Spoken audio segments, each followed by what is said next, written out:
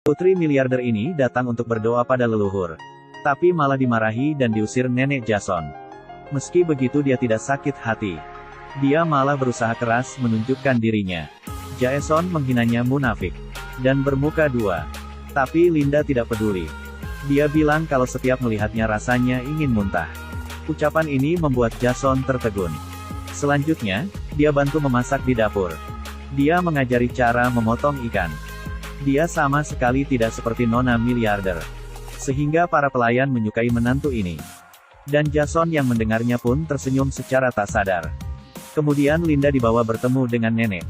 Dan nenek yang pikun ingin Linda menggendongnya di belakang. Pelayan langsung menggantikan Linda. Tapi malah ditendang nenek. Linda yang baik tidak ingin menyusahkan orang lain. Jadi dia menggendong nenek dengan senang. Tapi sedang menggoyangkannya. Nenek tiba-tiba pipis.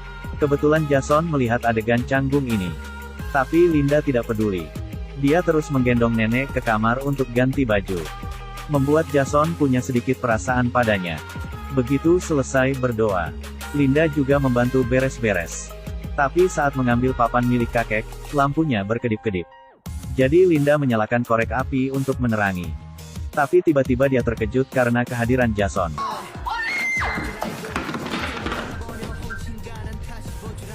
Ketika lampunya menyala, mereka saling berpelukan di lantai. Adegan ini dilihat oleh cinta masa kecil Jason. Lalu dia pergi dengan marah. Jason pikir dia sengaja melakukan ini agar Rena lihat. Linda bilang kalau dia adalah korban. Jason pergi dengan kesal. Ternyata Rena adalah sahabat Yasmin. Dan dia juga menyukai Jason sejak lama. Dia bertanya apa Jason akan menikah dengan Yasmin. Jason berkata, keluarga sudah menetapkannya. Apalagi dia juga tidak percaya dengan cinta. Jadi tidak peduli menikah sama siapapun. Rena mengungkapkan perasaannya. Tapi malah ditolak dan begitu dia ingin pergi. Rena langsung memeluknya. Dia berkata, meski tidak peduli. Kenapa tidak menikah dengannya? Jason menoleh dan menemukan Linda yang bersembunyi dan menguping. Dia segera melepaskan pelukan Rena. Linda yang ketahuan kabur dengan ketakutan. Jason tiba-tiba merasa gelisah. Dia menemukan Linda saat dia sedang menyelamatkan kucing. Ternyata ibu kucing ini sudah mati. Linda yang bersimpati ingin mengubur ibu kucing. Dia meminta Jason menggali lubang.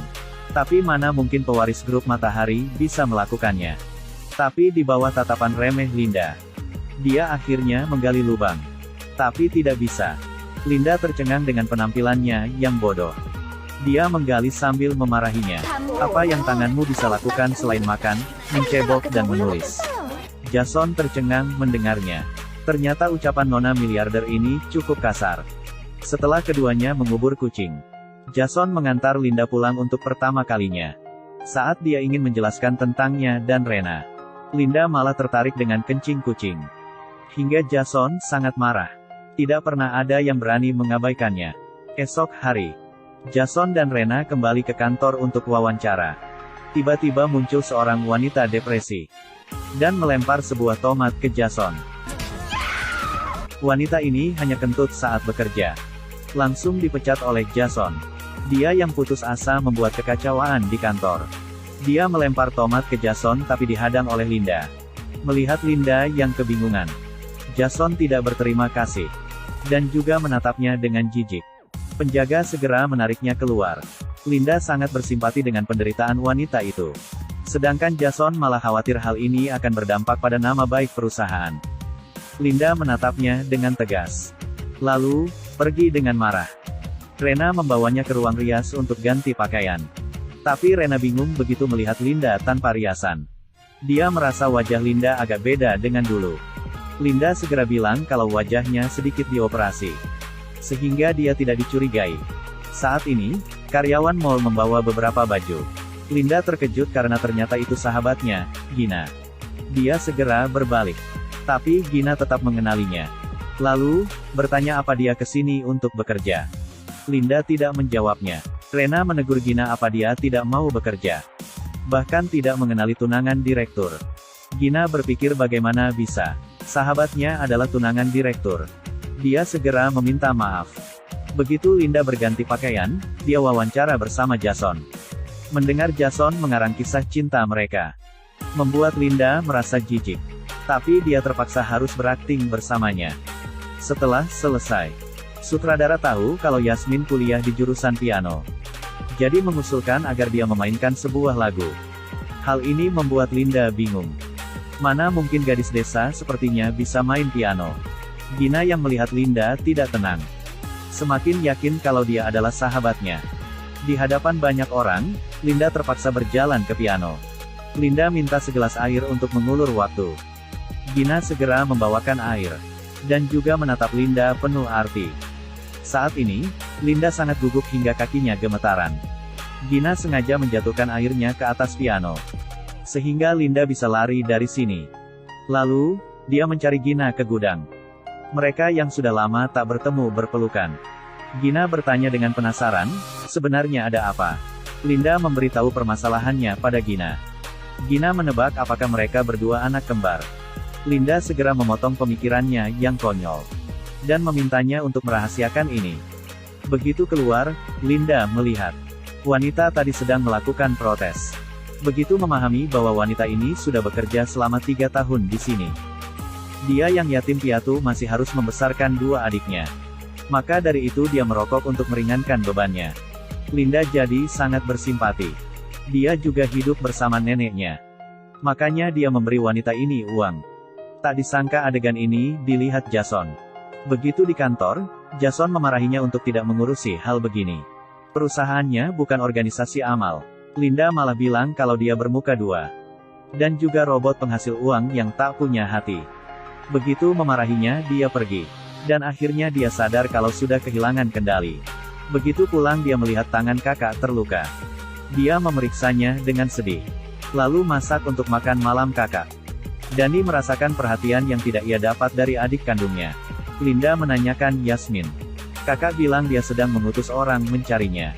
Esok pagi, Linda meminta cuti sehari pada kakak.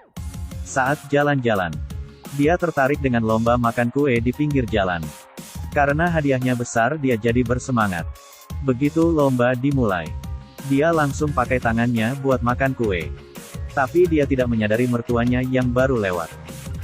Demi memenangkan televisi, dia melepaskan identitasnya dan ikut lomba. Karena tidak puas makan pakai sendok, Linda makan kuenya dengan tangan tanpa memikirkan image-nya. Kemudian dia menjadi pemenang. Tapi begitu menyadari ibu mertuanya ada di kerumunan, Linda yang takut langsung menggosok sisa kue ke wajahnya. Semuanya kira ini adalah cara merayakan kemenangan yang unik. Saat mertuanya ingin menghampirinya, untungnya Jason datang membawa ibunya pergi, sehingga identitasnya tidak ketahuan. Tapi karena merasa wanita ini familiar, jadi dia menghadangnya di pintu keluar. Sehingga Linda terkejut. Jason memarahinya apa dia gila. Tunangan pewaris kaya, malah mengikuti lomba seperti itu. Linda yang tak punya alasan terpaksa bilang kalau dia tertekan sebelum pernikahan. Jadi, ingin melakukan hal yang tak pernah dilakukan untuk melepas stres. Untuk pertama kalinya, dia minta maaf pada Jason. Tapi Jason yang malas meladeninya pergi dengan Rena. Di mobil, bertanya pada Rena apakah wanita punya ketakutan sebelum nikah. Sebentar ikut lomba makan kue. Sebentar menyayangi kucing liar. Tapi Rena yang mendengarnya merasa aneh. Seingatnya Yasmin tidak makan manis. Dan juga alergi dengan hewan berbulu. Rena merasa ada yang aneh dengan Yasmin. Jadi dia mencari Gina, dan bertanya apa dia mengenal tunangan direktur. Gina menyangkal dan berkata kalau dia salah orang. Tapi ini tidak membuat keraguan Rena menurun. Di sisi lain, Yasmin dimarahi ibunya habis-habisan begitu pulang.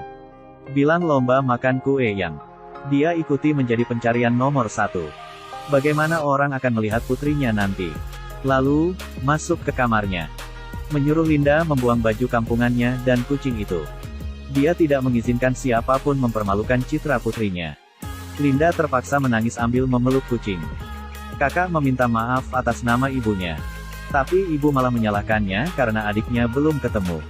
Bagaimana dengan pernikahannya nanti? Dan bilang, kalau Yasmin adik kandungnya. Pasti dari kemarin sudah ia temukan. Ternyata Yasmin bukan anak kandungnya. Esok hari, Linda membawa kucingnya ke rumah sahabatnya. Kakak tahu dia sedih. Jadi mengajaknya menonton konser. Dan Jason yang pintar bertemu Rena. dan bertanya mengapa dia menyebarkan video lomba makan kue.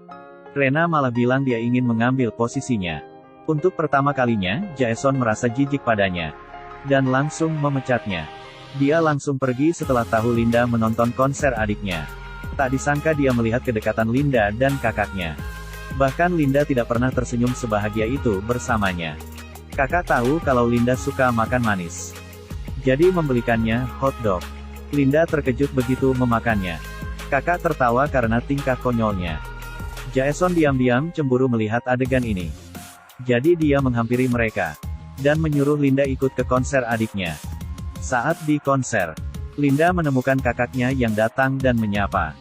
Siapa sangka, begitu dia bersama Jaeson, kehadiran Dani menjadi penghalang. Linda tidak sengaja terjatuh. Jeritannya membuat Jaeson dan kakak menyadari ada bahaya. Jadi mereka berdua secara bersamaan menghampirinya.